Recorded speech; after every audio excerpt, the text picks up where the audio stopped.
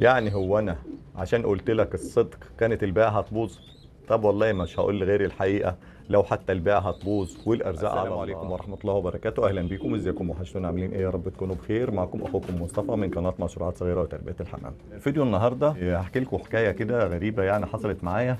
عارفين حضراتكم ان انا كنت ببيع حمام لحم شغال، لكن دلوقتي قررت من فتره اني لان الموضوع ده كان مرهق بالنسبه لي، فانا قررت اني ابيع زغاليل بعد كده، لان كل ما افضي السلكات ارجع اجوز من الحمام اللي على الارض ده وارجع اسكنه في السلكات دي تاني وانتظر من اول وجديد، ابدا من جديد. فكان الموضوع مرهق بالنسبه لي اني اقعد انتظر الحمام ده انه يشتغل وما كانش فيه انتاج. فمن هنا ان انا قررت ان انا اثبت الحمام اللي هو الاهالي اللي في السلكات دي، وابدا ان انا ابيع من زغاليلهم او ابيع من انتاجهم وهكذا. والحمد لله يعني الطلب موجود على الزغاليل زي ما في طلب على الحمام الشغال.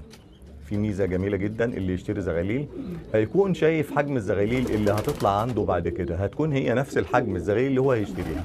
اما لو انت اشتريت حمام كبير ما هتعرفش حجم الزغاليل بتاعته هتبقى شكلها ايه، فانت هتشتري زغاليل هتعرف الحجم اللي هيطلعه الزغاليل دي عندك لما تكبر. دي ميزه. طيب نرجع لموضوعنا اللي هو الحكايه، ان في حد من احد متابعين القناه عايز يشتري زغاليل. في البدايه طلب مني ان اصور له الزغاليل، وطبعا انا بعمل كده. فهو طلب مني الطلب ده وانا مثلا في البيت تحت، او مثلا ان انا في الشغل، مش فاكر بالظبط. المهم هو طلب مني الطلب ده وشيء طبيعي. ولاني انا بصور لك الشيء اللي انا هبيعه لك، ما انا اقول لك اهو، انا ممكن اصور لك كده واقول لك ده الحمام اللي عندي. لا مش كده، انت عايز مني، هو كان عايز 3 تجواز زغاليل، انا بختار له ال3 تجواز زغاليل واحطهم في سلاكه وابعت له الفيديو. فهو قلت له طيب لما اطلع عند الحمام اصور لك، لما اطلع عند الحمام اصور لك الزغاليل. حاضر.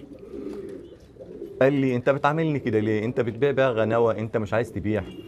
قلت له والله ليه؟ ايه اللي حصل؟ قال لي انت مش عايز تبعت لي. قلت له طيب ما انا هبعت لك اي صوره يعني ولا اي فيديو لما اطلع للحمام، انا مش نايم عند الحمام يعني، مش قاعد عند الحمام ليل ونهار. المهم اقتنع وخلاص. لما طلعت له تاني يوم صورت له الزغاليل وبعتها له واتفقنا على كل شيء. في الاخر بعد ما اتفقنا على كل شيء وقبل ما اشحن له الحمام حبيت اساله سؤال برضو اشوفه ان هو فاهم ان هو شاري زغاليل يعني ايه. ما تضمنش الزغاليل دي هتطلع ايه.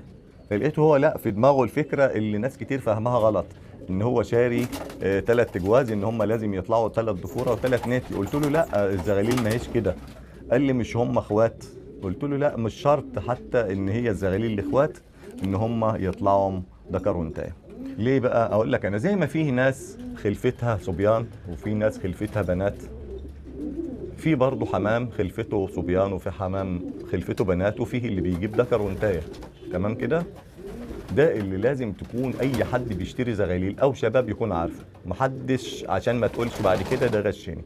هتشتري زغاليل او شباب تكون عارف كده. يعني انت عايز جوزين، اشتري 3 جواز ويطلع لك منهم جوزين، هكذا يعني. تمام. لكن الراجل زعل مني قوي لما قلت له ان هم مش شرط يطلعوا ذكر وانثى. قال لي حاجه غريبه، او قال لي ان كل ما اقرب ان انا اشتري منك تقفلني. هو انت مش عايز تبيع؟ هو انت بتبيع بيع غناوه؟ قلت له يا عمي انا بقول لك الحقيقه، انا بقول لك الحقيقه والارزاق على الله. لو اشتريت اشتريت بامان، انا بقول لك بالامان. هتشتري هتشتري، مش هتشتري هيجي لي ربنا هيبعت لي اللي فاهم وهو اللي هيشتري منه وهيريحني، مش هيتعبني. تمام كده؟ المهم هقول لك برضو عشان انت لما تيجي تشتري زغاليل تبقى عارف ايه اللي بيحصل مع المربيين وبيعملوا ايه المربيين، علشان ان هم ما يكونش عارف حتى جوز الزغاليل ده ان هو اخوات. احنا بنعمل ايه؟ انا عن نفسي انا بعمل كده، وناس كتير زي الناس اللي هي محترفين فرخ الزغاليل لازم يعملوا كده. لو انت بتربي وعايز تطلع زغاليل كتير لازم تعمل كده. تعالى نشوف من البداية، من البداية خالص كده. ده بيض، انا بكتب اهو التاريخ على كل البيض، بكتب اول بيضه 26، بعرف ان البيضه الثانيه دي يوم 28. خلاص ما بكتبش على الثانيه لان انا عارف من الاولى لان بعدها بيومين. تمام.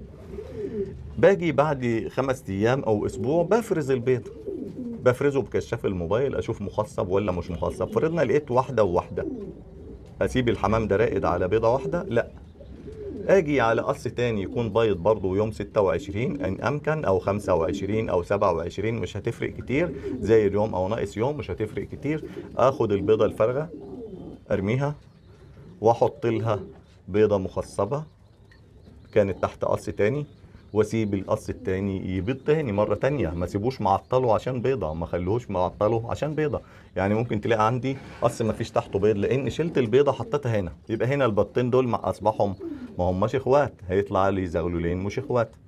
فعشان انا بقول لك بامانة، انت كنت زعلت مني وهتبوظ البيع عشان انا قلت لك بامانة. ده مثلا القص ده معاه زغاليل اهي كبيره ومعاه زغاليل صغيره، انا سايبهم ليه؟ عشان انا مربيهم، البيض كان في الرف اللي فوق، فعادي ما فيش مشكله من اللي تحت، هم عايشين معاهم، ما برضاش افطمهم عشان المناعه بتاعتهم ما تقلش، سيبهم مع اهلهم مطمنين. انا بلاحظ لما بفطم الزغاليل ان المناعه بتقل. نرجع لموضوعنا، دول جوز زغاليل جدادهم، لو انا شايف فيهم زغلول كبير وزغلول صغير بعمل ايه؟ بنقل. اجي احط لهم واحد قده. لو لقيت زغلول صغير في حته تانية واخوه كبير اجيبه احطه هنا مع دول كده اهو. طب ايه رايك ان دول فيهم بيضه فارغه وبيضه مخصبه؟ البيضه دي فارغه من غير كشاف، هي من غير كشاف انا عرفتها كده، والله البيضه دي فارغه من غير كشاف كده. هتقول لي انت عرفت ازاي؟ انا بقول لك كده، هي لونها شفاف خالص اهي، فارغه ودي مخصبه. يبقى لازم اعمل ايه؟ انقل، اشيل الفارغه ارميها واشوف لي دي بيضه مخصبه، او اخد دي احطها تحت واحد تاني، ما اسيبهاش راقدين على بيضه واحده. تمام كده؟ يبقى ده مثلا، ده كمان في بيضه فارغه وبيضه مخصبه. البيضه دي مخصبه، البيضه دي فارغه، هاخد الفارغه ارميها واخد المخصبه اوديها احطها مع التانيين. دول اصبحوا ما فيش تحتهم بيضه، اسيبهم يبيضوا تاني اهو كده بالشكل ده، اسيبهم يبيضوا تاني. هنا زغلولين زي دول، هم الحمد لله في حجم واحد. طبعا انا لسه ما اكلتش الحمامه، انا بصور لك قبل ما اكل الحمامه، عشان كده الزغاليل لسه جعانه. يعني باكل مره واحده في اليوم بس اهو. ده تحس انه اكل عندها. لو حسيت، لو انا براقب وبتابع كل يوم، حسيت ان فيهم واحد بقى اصغر من واحد، ابدلهم مع اللي هم قبلهم اللي انا وريتهم لك قبل كده. لا لكن دول اكبر بشويه. بثبت لك بالدليل ان انا او اي حد من مربين الحمام اللي هم بيفرخوا زغاليل ما بنكونش عارفين الجوز الزغاليل الاخوات. وحتى لو احنا ما بدلناش برضه مش شرط اي جوز زغاليل اخوات ان هم يطلعوا ذكر وانثى. والله يا جماعه ما هو شرط. احيانا القص ده يكون بيطلع ذكرين، القص ده مثلا يكون ده بيطلع ذكرين، ممكن القص ده يكون تطليعه نتايتين، ومش شرط كل مره، ممكن يكون القص ده بيطلع ذكر وانثى كده، يعني مش شرط. ده تلاقوهم مثلا في حجم واحد. احيانا اللي هو الزغلول الصغير اللي احنا ما بيبقاش عاجبنا يكون هو النتايه. ما تضمنش ان اي جوز زغلول اخوات ان هم هيطلعوا ذكر وانتايه. وحتى لو انت خدتهم اخوات برضه ممكن ما يطلعوش ذكر وانتايه.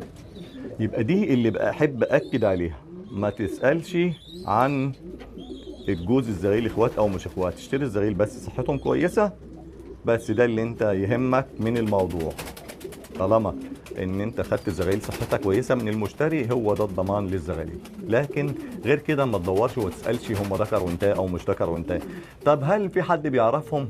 صدقني ما حدش بيعرف. ممكن بالشبه كده احنا ايه يعني بناخدها، بنخمن زي ما بنقول، بنخمن ان ده ذكر وده انتايه، لكن في النهايه ساعه التزاوج او ساعه ما يوصل وقت ما يوصل لسن الانتاج الموضوع بيختلف. ممكن يطلع ذكر وانتايه او يتغير وضعه، بيتغير وشكله بيتغير لما يوصل لسن البلوغ وسن التزاوج. ده اللي عايز اقوله لك. ما تخليش حد يضحك عليك. لو الكذب ينجي فالصدق اولى. انا مش هكذب عليك لاي سبب من الاسباب. خلاص، والارزاق على الله. هتشتري، مش هتشتري ما تشتريش زي ما انت عايز، لكن لازم مش هقول لك غير الصدق. كده اكون خلصت موضوع فيديو النهارده. لو عجبك الفيديو اعمل لايك، اشترك في القناه لو لسه ما اشتركتش، وفعل زر الجرس علشان يوصلك باقي فيديوهاتنا. والسلام عليكم ورحمه الله وبركاته.